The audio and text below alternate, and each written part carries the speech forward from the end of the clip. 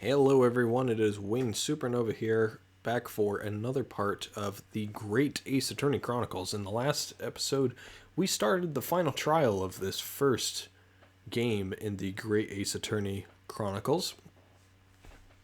And, well, we have these two witnesses on the stand along with Gregson over there. As you can see peeking in from the side of the screen like, hey, I'm just standing here to make sure these two fuckheads don't run away. Don't mind me over here, just be eating my chips. And, well, as you can see on screen, it was, yeah, they just kind of gave it away that we caught them. It was. Why, the bleeding Nora. Didn't you mention that before? You were armed with a gun. As you fled the scene, you fired that gun at London's greatest detective, Herlock Sholmes. They shot the great Mr. Sholmes! I did hear that, actually. There was a rumor he'd been rushed to a hospital. The great Sholmes? That's beyond the pale! On the night in question, this pair were arrested by the police within minutes of the discovery of the crime scene. Their suspicious countenance rapidly gave them away. And when we searched, a firearm was indeed found in their possession. Furthermore, the barrel shows signs of a shot having been fired from it. The prosecution invites his lordship to examine the firearm recovered from these brothers. Yes, indeed. Remnants of powder around the muzzle. As you say, counsel. The court will hold this weapon as evidence.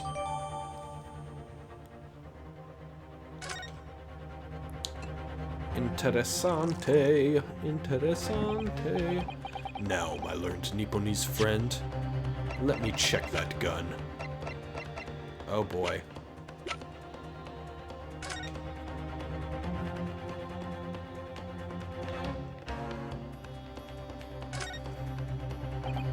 So, there's ammunition still loaded in 5 of this revolver's 6 cylinders. Yes, which tells us that only a single shot has been fired from it. Exactly. A bullet that hit Hurley, in fact, isn't it? Yes, it happened almost as soon as we'd walked it through Windibank's door.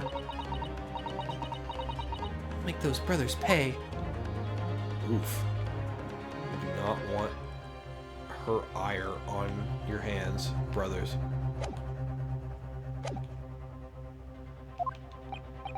Yes? Here's to you successfully presenting the evidence. For yes, there are the telltale signs of spent powder on this gun, and a single bullet missing from the cylinder.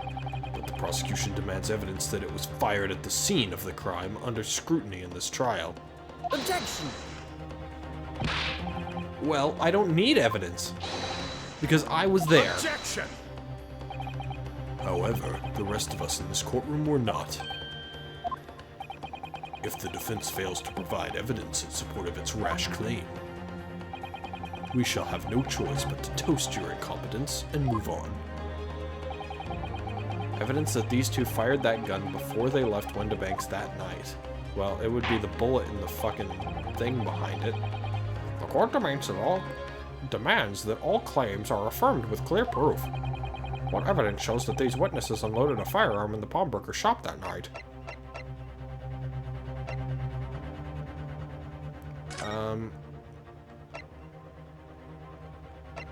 It's this, right?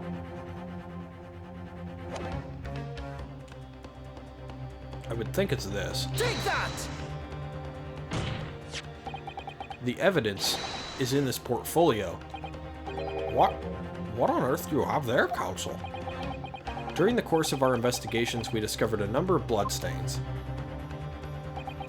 Not trusting the police to do the job they're trained to do? How arrogantly Nipponese of you. Well, anyway, we analyzed all the blood samples we found and recorded the results in this portfolio. Did you claim... Oh, that's the wrong voice. And you claim to have the evidence this court is demanding therein? Yes, my lord. No more dallying then, counsel. Present the pertinent evidence at once. What do you have in your portfolio that proves that these witnesses unloaded a firearm at the scene? It's this one. Take that! Because there's a bullet. What is that? Explain! It's a photographic print taken at Windibank's pawnbrokery on the day of the incident. From the scene of the crime, is it? Is that a bullet hole? And if my eyes do not deceive me, it appears the bullet is still lodged there. Yes, as your lordship noticed, the bullet pierced Mr. Windibank's calendar. The date shown being the 16th of April, the very day of the pawnbroker's death. The incident occurred at 1 hour after midnight, but this indicates that a separate shot had been fired sometime after the calendar had been set to the 16th. That's right. And while it isn't irrefutable, the defense believes that this is credible evidence that the witnesses did fire a round from their gun in the pawnbrokers that night. Ah!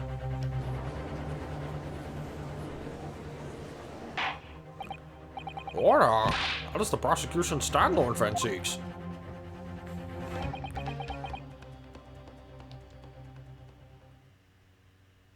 Well, it doesn't really mean anything because it's impossible for it to have been the bullet that killed the man, Mr. Windibank. It's impossible for it to have, because it would have been shot out there in the main room, and the room was locked back there. And not only that, but there were no bloodstains for him to have been dragged all the way in there. If that is the direction my learned friend wishes to take, the prosecution has no objection. What? There's one down. Get the kill counter out. But you'll forgive me for flinging my hollowed chalice aside in disgust at the repugnancy it exposes. Yes, on the night in question, these brothers entered the pawnbrokery illegally. And like the bold baddies they claim to be, opened fire on the new arrivals before fleeing back onto the street. Yeah? Take it easy there, Governor. You're gonna land us in the soup. We had a deal. You weren't gonna get into them details. Tell him, Sulky. Set the bloke straight. I have nothing to add. So he knew, did he?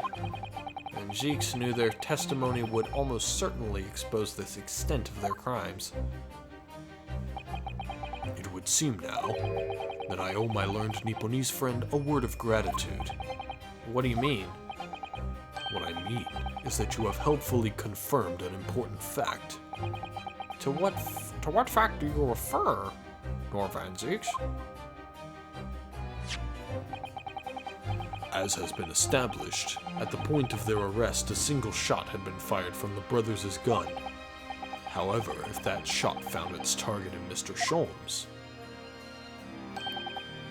then clearly these witnesses cannot be accused of the fatal shooting of the proprietor and victim. Ah! In other words, these two men have no material connection to the murder of Mr. Windibank at all. So that's it.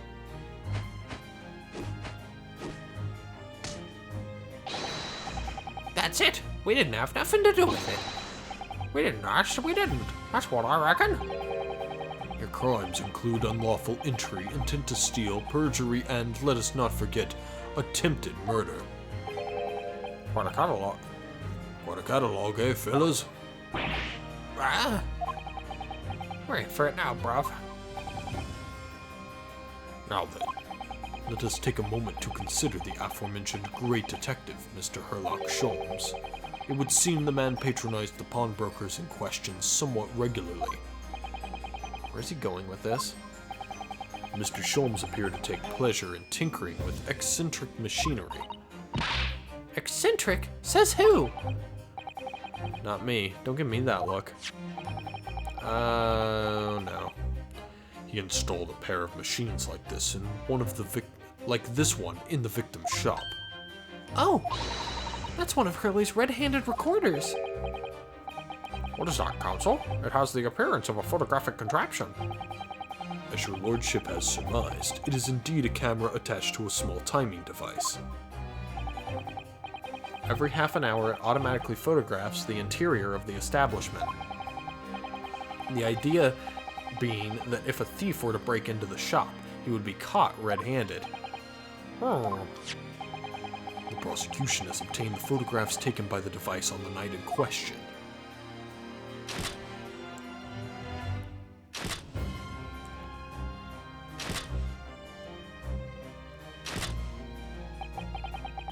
As the court will observe, copious identical prints are produced in a quite desultory fashion.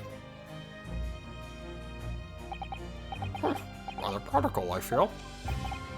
In fact, there are 2 such devices in the victim's shop, my lord. If I may refer the court to the plan of the premises, their respective positions are here and here.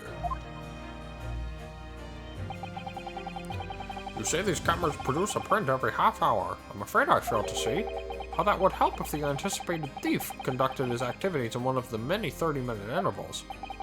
One can only pray that the would-be criminal lingers, my lord. On the night in question, the witnesses currently in the stand were not caught on camera. Hehehe, that's a bit of Friar Tuck, eh, bruv? Lady Luck loves a skulking. Witnesses, at what time did your trespassing begin? Must have been just after 1, right, bruv? Must have been Nash. Must have been. Yeah, just gone 1. Oh my god, I hate the way that they talk because it's so hard to read. In which case, minutes before these brothers entered the establishment, what seed might we expect to see within the shop? Let us examine the evidence. Oh, well that's nice. So she had the gun in her hand at 1 a.m. Good lord! It's the defendant. Miss Gina Lestrade.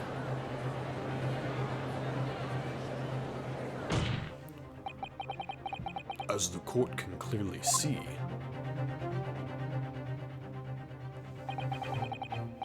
the accused is pictured, gun in hand, facing the victim over the shop counter.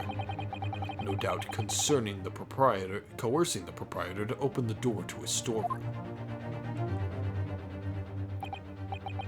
Quite. One can only too easily imagine the events that unfolded. The court will take this photographic print as evidence, if you please, counsel. What about the other camera's print at 1 a.m.? I don't believe it. Jenny. In short, the accused is the only person who could have possibly killed Mr. Windibank. Ah!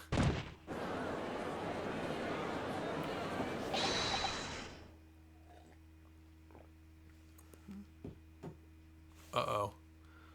I say, my lord.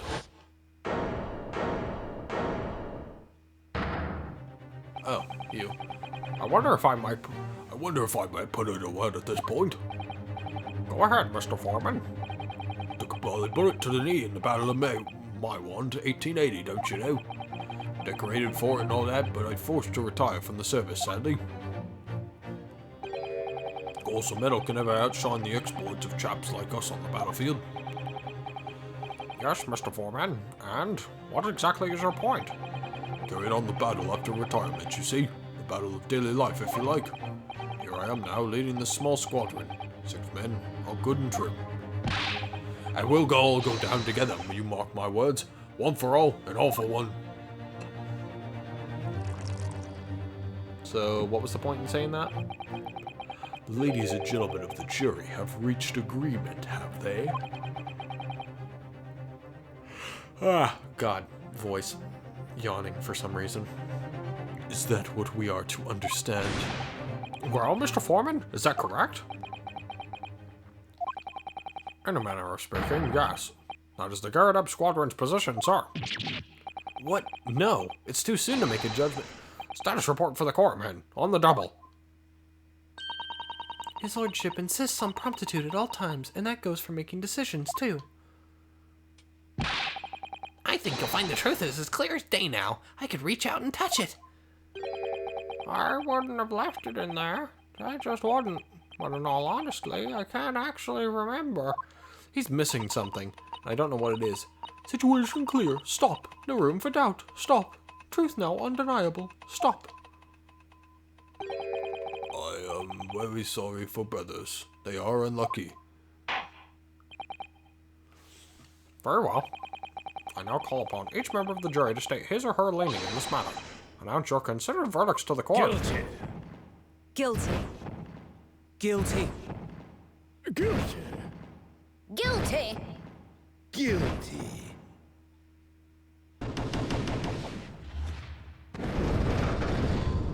Well, this is to be expected.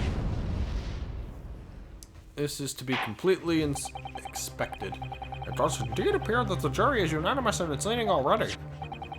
That photograph. It must be the definitive evidence that GREGSY mentioned. But Ginny didn't shoot him. No, of course not. My lord, the defense wishes to assert its right to a summation examination. I think what likely happened is that Ginny did have the gun. She got hit from behind and knocked out. And then someone took the gun, shot him.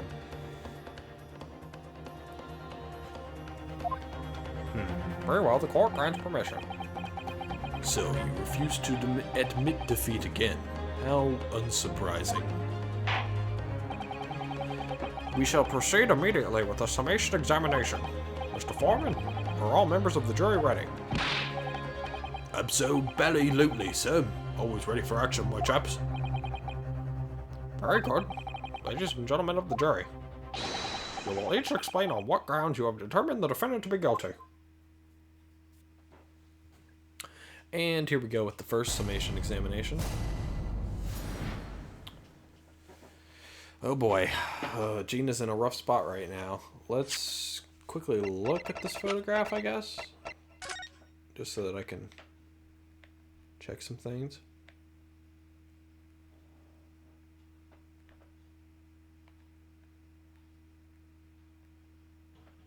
That thing's definitely a cat. There's a dog. There's a skull. I can't tell what the time is on that clock back there, unfortunately. Even though it does say 1 a.m. Let's see. All the evidence clearly points the finger of guilt at this young pickpocketian. That's an interesting word. As a housemaid, I should like to see all filthy eyesores promptly and rigorously eliminated. I think you'll find that if you look at a photograph in stereo, the truth will just pop out. Well, that's completely fucking worthless. If I have left. That's the wrong voice. If I have left it in there, I should think there'll be repercussions by now. Mine made up. Stop. Global radio transmission of verdict to follow. Stop. In motherland, we say never judge by clothes, judge by head. I am convinced brothers are innocent. Wow. Interesting. The circumstances of the crime and the evidence do indeed implicate the defendant rather comprehensively. The storeroom, locked from the inside, in which the victim and the accused were discovered alone. And in the accused's hand, the fatal revolver, the firing of which was heard by these witnesses. Not to mention this print. I take it from a chap who's seen action on the battlefield. That young girl's on the verge of pulling the bally trigger. Well, yeah, she does have her finger on the trigger. Thanks a lot, Mr. Sholmes. Oh dear, Hurley's cameras were supposed to help, not hinder. I'm afraid I think you have an uphill struggle ahead of you.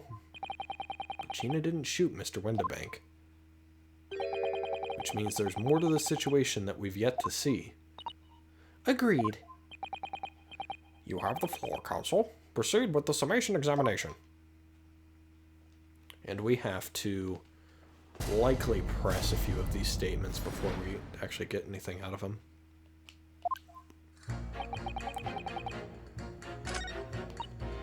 I'm gonna press these 3 witnesses statements, or these juror statements. What do you mean, look at the photograph in stereo? Sorry, what? Don't you know? If you look at a photographic print normally, it looks as though the pickpocket girl's about to shoot the victim, obviously. Objection! But there's no indication that the defendant ever fired the gun. All I'm saying is that if you look at the same print in stereo, it could reveal all sorts of new information. By any chance, are you a fan of stereoscopes? Ooh, how did you know? Let's call it a lucky guess. It never gets old seeing the 2 prints merge into one before your eyes. It's extraordinary. It's captivating. It's the height of modernity. Of course. Oh god, my fucking head, dude. Oh god. I'm just all over the place this evening. Oh yes, I think you'll find that the stereoscope is here to stay, giving us new perspectives we could only dream of before. It's the greatest invention the world has ever seen. If only it could give me a new perspective on this case, I might agree with you. That's worthless. Hold it! What are you talking about? What exactly have you been muttering about all this time, sir?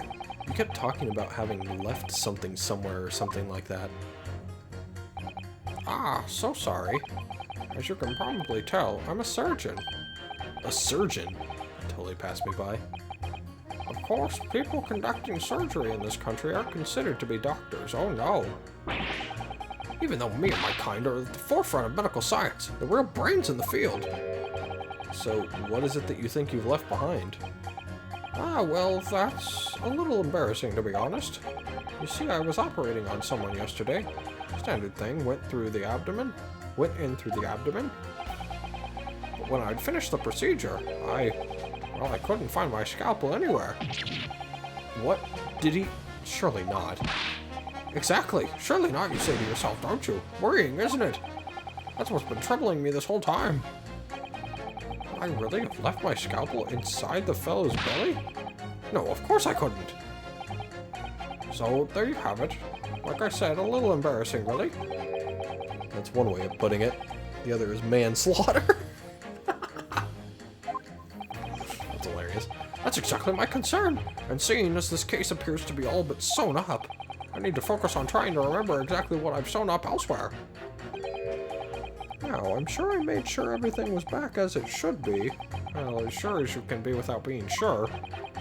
I'm sure you need to be more sure.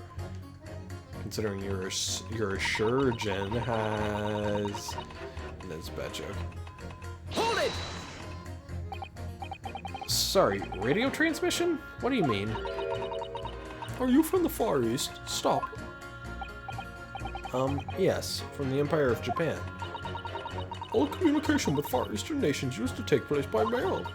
Real mail steamers take more than a month to complete the journey.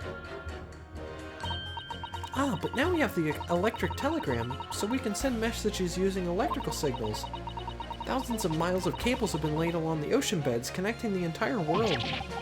Thousands of miles of cable? On the ocean bed? Makes my head hurt just thinking about it. You are well informed, young lady. But cables will soon become a thing of the past, stop. And just when I was starting to catch up. Radio transmission is the future, stop. Messages carried over airwaves to 4 corners of the globe, stop.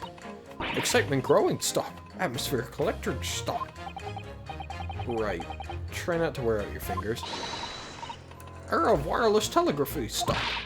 Driving technological revolution, stop. And people say inventions like the stereoscope are the height of technology. What utter piffle. I can't understand it. I really can't. They're just silly toys. Uh-oh. Uh-oh. Excuse me. They're gonna fight.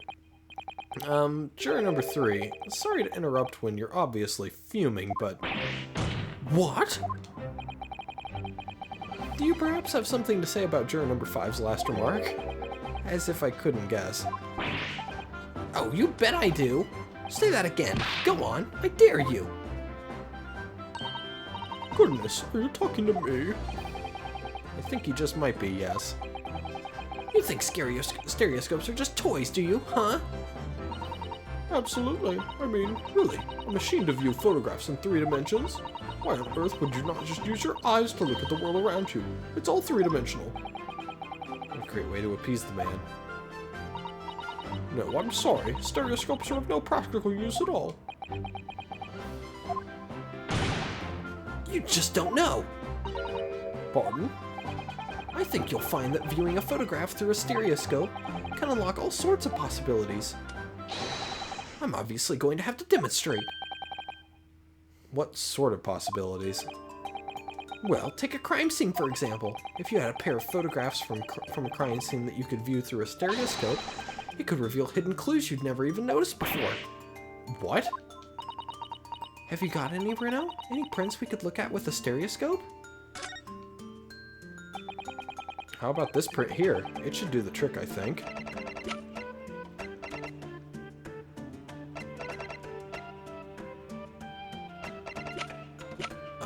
Maybe this one? I'm gonna quickly save before I do this, because we have 2 prints and I'm not sure which one it would be. Take that! Alright then, juror number 3. Are you saying you can do this with any 2 suitable photographic prints? Of course I can. Very well then, I'd like you to demonstrate. I'd be delighted to. Just give me one more print and I'll amaze you all. Oh, that's not good.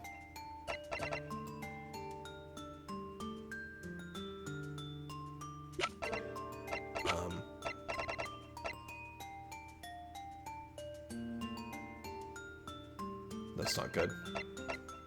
I only have... Oops. I only have 1 print.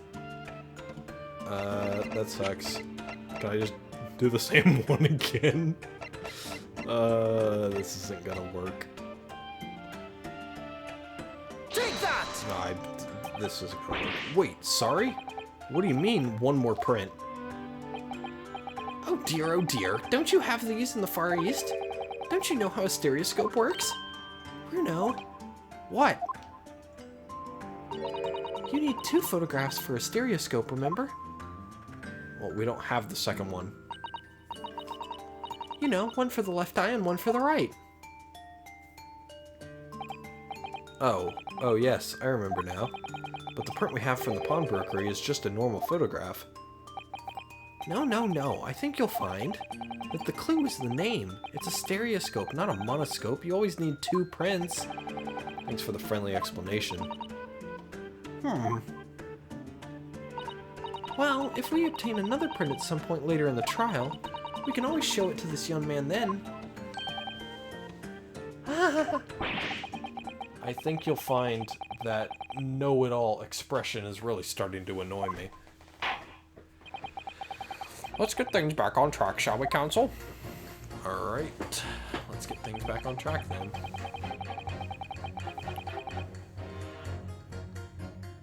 Well, at least that's changed.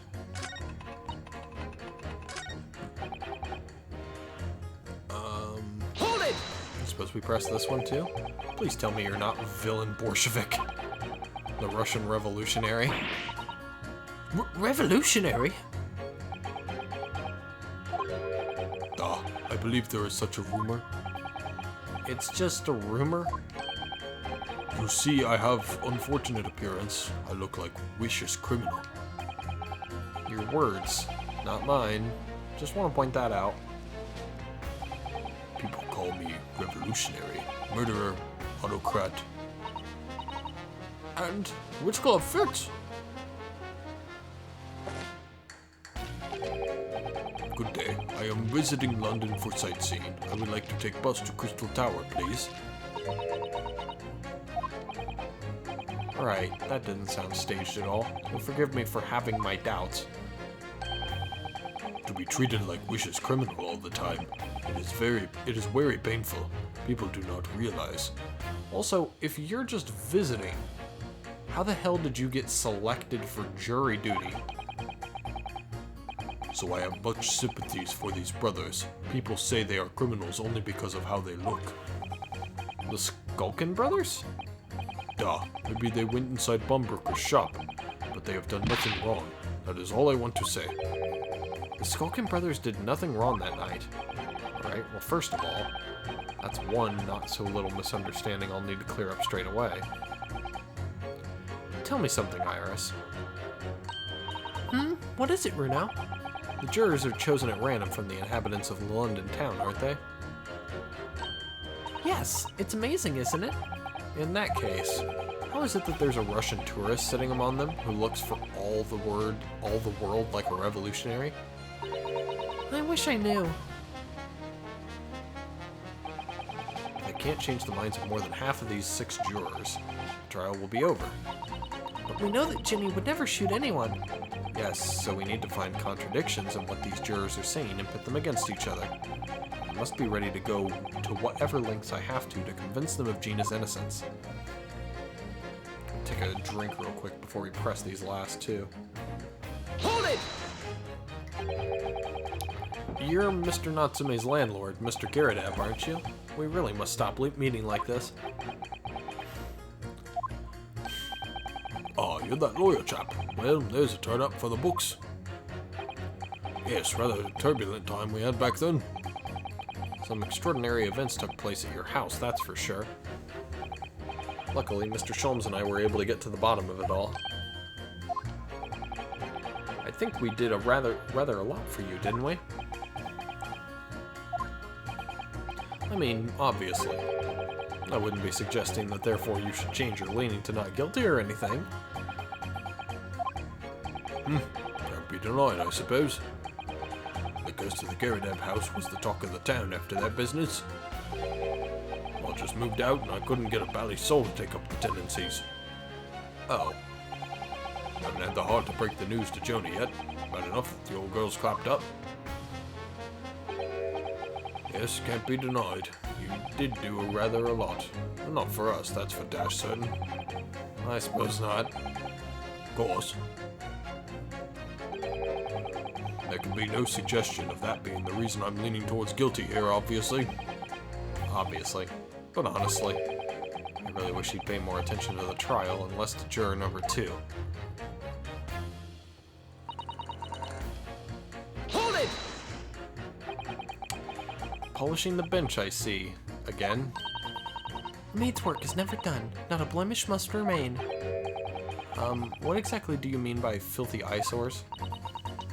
On my way to market for his lordship, I have to pass through the East End. The place is full of beggars, pick-pursers, and crossmen, the scum of the earth. A little harsh, perhaps. Let me be plain.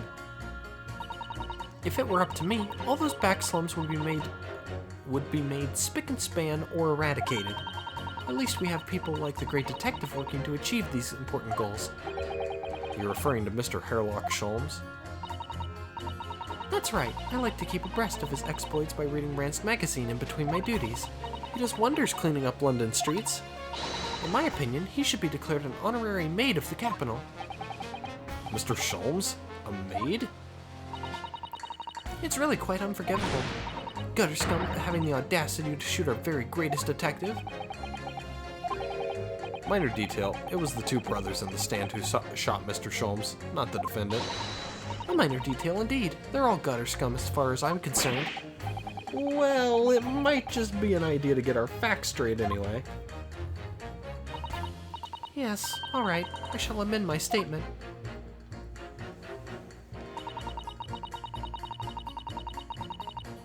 Oh, okay, so this... I can pit her against him. I am convinced brothers are innocent. And she's saying that they shot the detective, so that's a pit. We can actually do something with this. Those 2 statements clearly contradict each other. Good lord! Counsel, explain yourself. Oh my statement? Contradictory.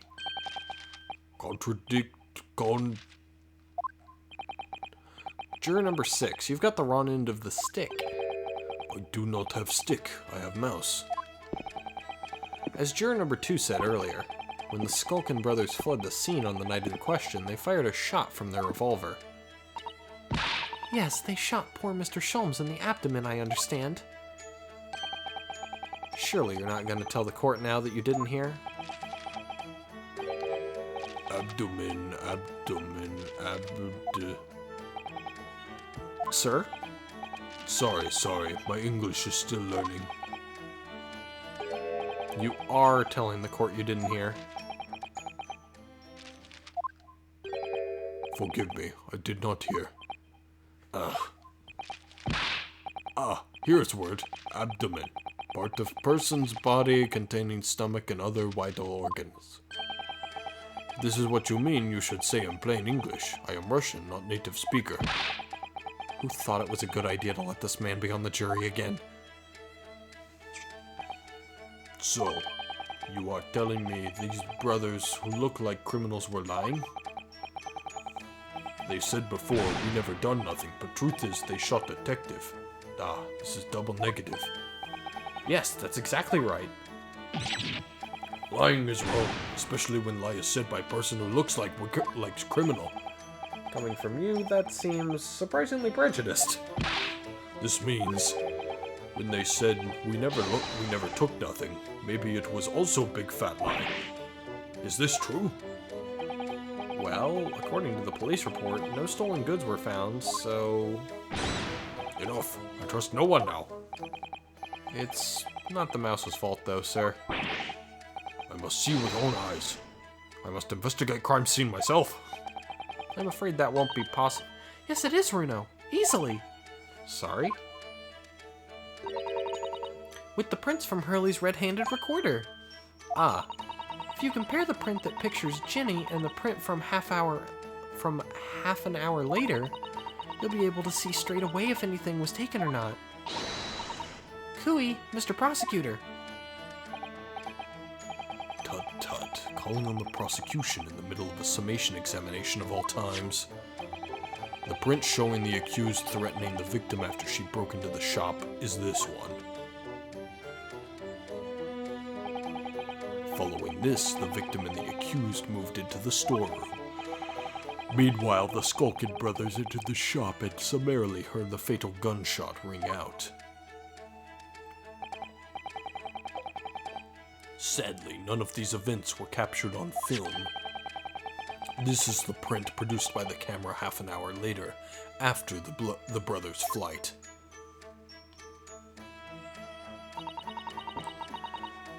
So this was taken after Hurley was shot then? As far as I can tell, nothing has been taken. That does seem to be the case. I can't notice anything that's obviously missing in the second print.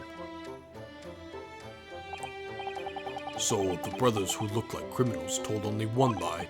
They shot men, but they stole nothing. It would seem so, yes.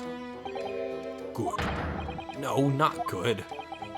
You were right. I did not understood situation. Now I know brothers have lied. I think it is very important to continue with trial. There's one.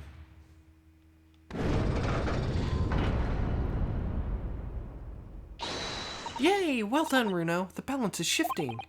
Well, it's a start, I suppose. There must be more in what these jurors are saying that I can use to expose the truth, and we will have to figure out what that truth is in the next episode. That's going to be it for this one. Oh, wow. Not much to say this episode from like just a normal commentary perspective. I can see where this is going. It's gonna progress. I can see where the lines are being formed right now. Now that we have that second print, there's gonna be an extra clue that we can't see normally, but we could be able to see in 3D there. There's gonna be a clue. And we're gonna have to present those two prints to Mr. Stereoscope over there and see if he can find something.